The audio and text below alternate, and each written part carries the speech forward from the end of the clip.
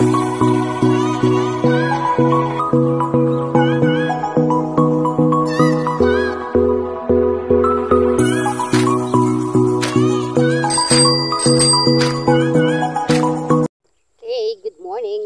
up mga master, mga idol, balik fishing na naman ang walang kasawa sa awang nanay sa pag-fishing. Nabaybay na natin lahat ng po pwedeng pupwestuhan itong mga nakakaraang linggo. Talaga pong olats. Kasi? So, ang tansya ko dahil sa pagkaliwanag ng buwan, feeling ko nakakapanginahin sila sa gabi kaya sa araw hindi sila kumakain. Oh no. Nawala yung sigle. Yung mga nakakaraan ang lalapad ng huli natin, nawala. Pero ako'y try and try. Okay, unang subok. Tinip sa atin ito ng inyong kabayaws. Kahapon daw ang ganda ng huli nila dito. So, magtatry ang kananay kung parehas yung kapalaran natin sa naging kapalaran nila kahapon. Sa aking palagay, halutang pa rin yung mga isda. Kung nakikita ko mula dito yung mga bunganga ng mga isda Ewan ko lang kung makakapagpakagat tayo ng malaki. Susubok tayo.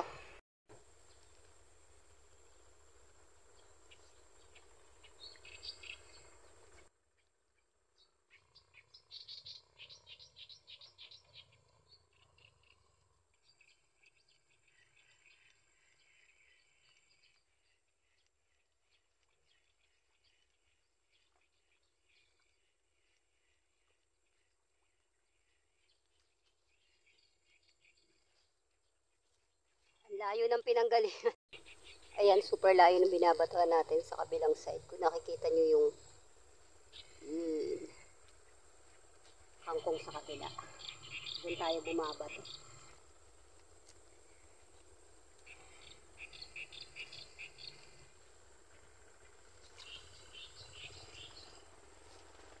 Perfect. Ito ang problema. Dalawang di pa mula sa pwesto ko. Ayan, yung water lily.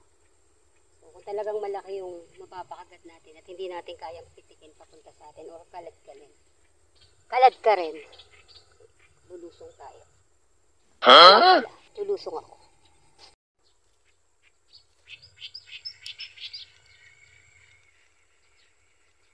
Ay, maliit ko ngayon.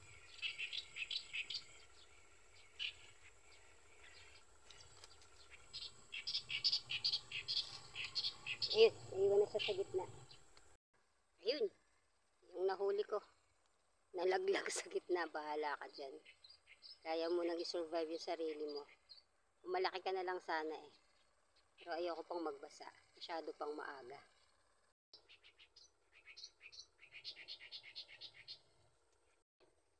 Okay, same sukat. Walang pagbabago. 3 fingers. Ay, nilalakad to ang ganda-ganda to Kaso nakasabit sa dahon.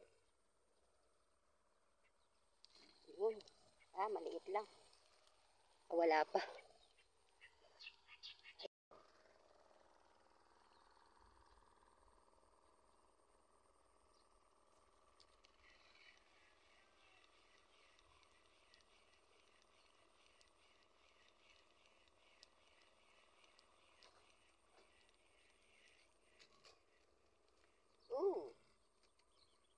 Diyan ka na lang.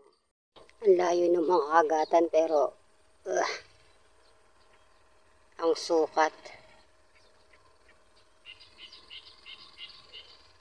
Malalaki sana, masarap kahit malayo yung batuhan Pero malay natin. Makakuha tayong malaki. Tsagain muna natin. Tsagain ko muna pala. Ba't ba sinasama ko kayo?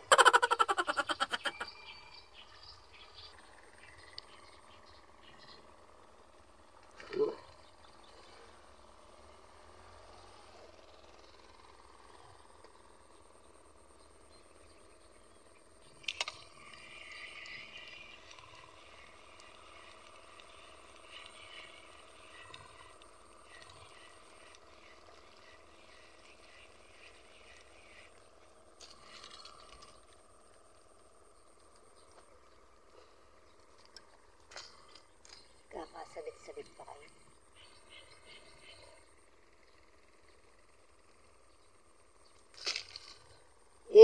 Isang pamilya.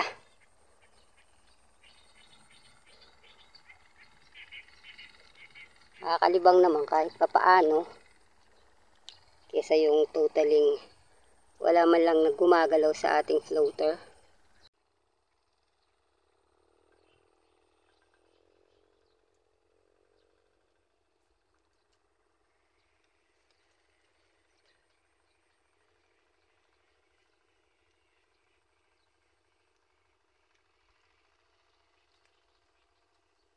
Dahil maliit, kayang-kayang bitbitin.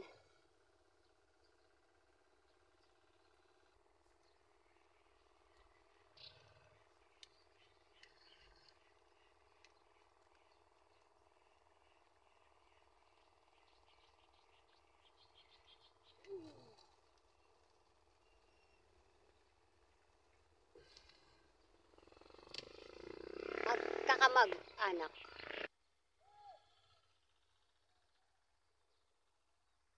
Maliit. Still maliit.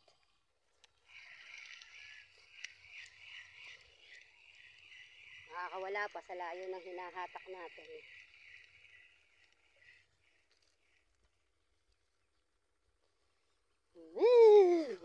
Sarap pagdaing. Grabe. Puro itmol, itmol. Puro itmol, itmol, itmol. Bahala ka dyan. Huli na, ladies and gentlemen.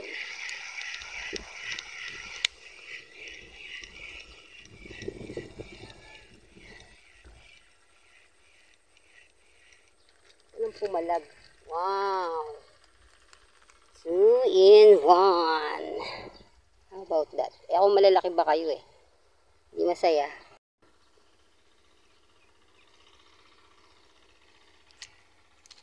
Wah. Malaki o sabit? Sabit. Layo naman ang sabit na to.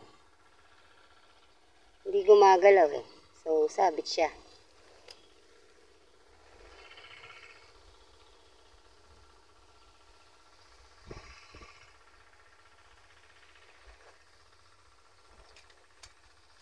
Ako pa naman, nakajakpat ako.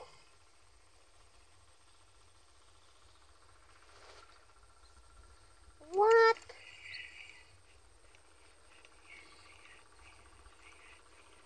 Kaya itong napasabit natin guys. Kahoy.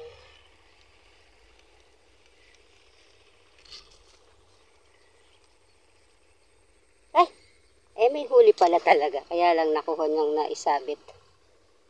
Wala ako ba naman pagkalaki-laki? Kinabahan ako dun ah. Diyos ko, another pakawalain. Niladkad na. Huli. Medyo maganda-ganda to ah. Kaso sasabit. Ayan. Wow. Kala ko maganda. Kaya pala kinaladkad niya. Bounce! Kung malalaki lang to, kaya ko mag-standing ovation dyan. Kahit ilang oras pa. At kung malalaki din yung kumakagat din natin, pwedeng pitikin. Nakikita nyo kung paano ko iaahon. Pipitikin ko lang mula doon sa dulo ng ano. Kayang-kaya naman. Pero kung malaki, syempre, sasalubungin natin. Okay lang sanang mabasa, oh. Kung malalaki lang yung kumakagat. Ito na naman po, ang magkakamag-anak. Pag malaki yan, sa ganito kalayo, ramdam mo na eh. Jesus Maria Joseph. Another one.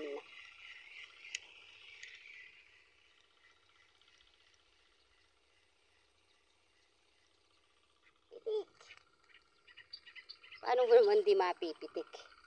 Kahit dalawang di pa pa. Meow, meow, meow. May mga pitos. My God.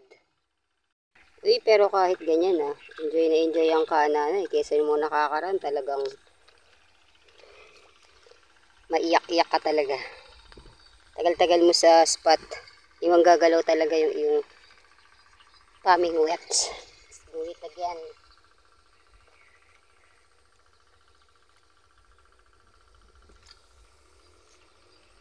Layo-layo ng bato. Tapos ganun lang yung kalagad. Pero nag-i-enjoy ako in fairness. Nawala na. Ano yung palutang? Another maliit mall.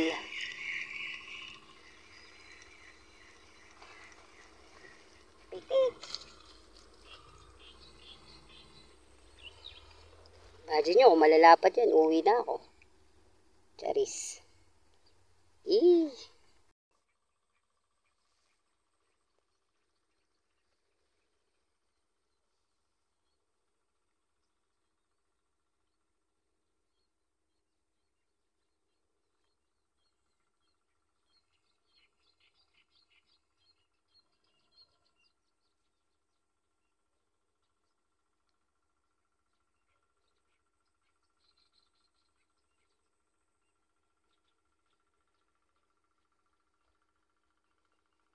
Isa na namang hindi ko maramdamang isda. Pero gumagalaw si floater. Kung malaki to pagka ginanyan mo, ramdam mo na eh. Sa ilalim pa lang. Eto, wala tayong maramdaman. Nakikita lang natin gumagalaw si floater. Obvious po na maliit yung nasa ilalim.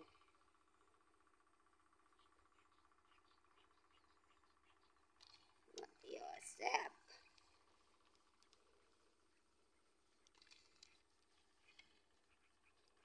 Nauubos ang kain. Ito na lang yung hindi nakakahuli sa padwas natin. O yung isa kinakagat na naman.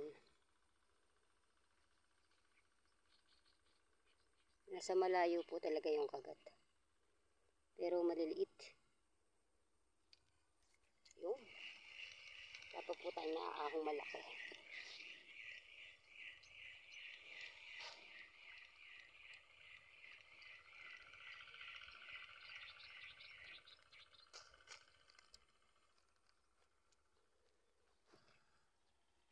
Isa ang sukat.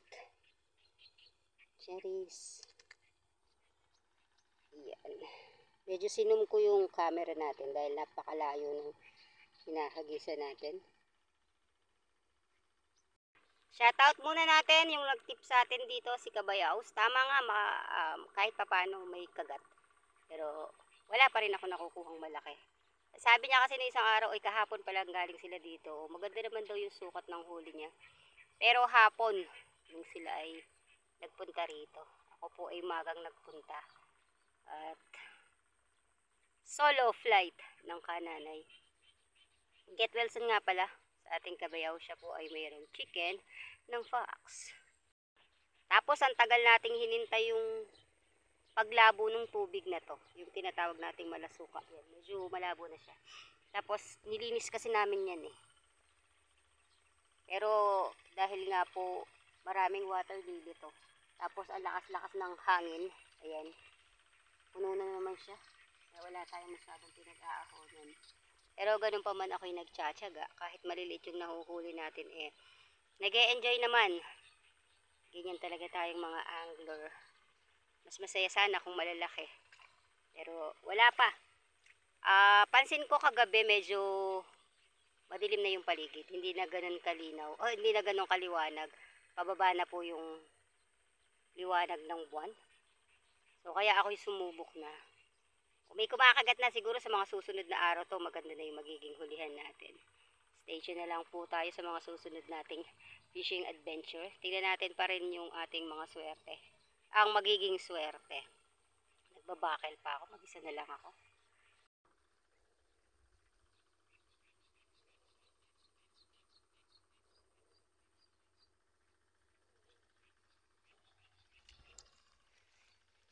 Kung fish on na naman tayo ng itmol.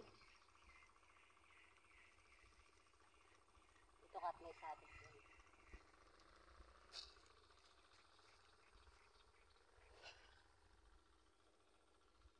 Magkakamag-anak po talaga yung kumakagat.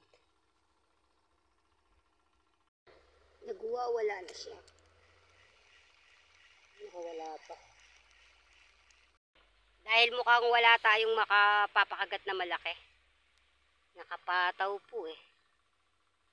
Sigurado ako nananamasa ngayon yung ating mga sniper. Ating mga tiksay hunter. Shoutout po sa inyo. Ako po ipapack up na.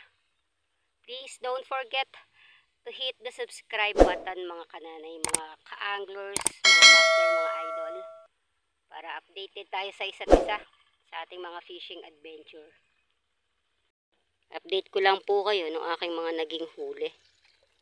O kung ito ay malalaki, madami-dami na rin, pero dahil sila ay maliliit, konti. Yan po inuuwi natin ngayon dahil meron pong mga nagbibilin sa akin na kung makakahuli ako ng mga ganyan huwag ko daw pong itatapon. Dinadaing kasi nila yan. Yan yung ginagawa nating pang alternative sa tuyo. Pero ako po hindi mahilig magdaing. Gusto ko talaga inuuwi yung malalaki talaga, yung mga good size. Pero dahil may nanghihingi, why not bigay natin pakikinabangan pa ng iba. And that's it for today's another fishing adventure na naman. Bawi pa tayo sa susunod na mga nagpi-fishing. I'll see you guys next time. Bye-bye.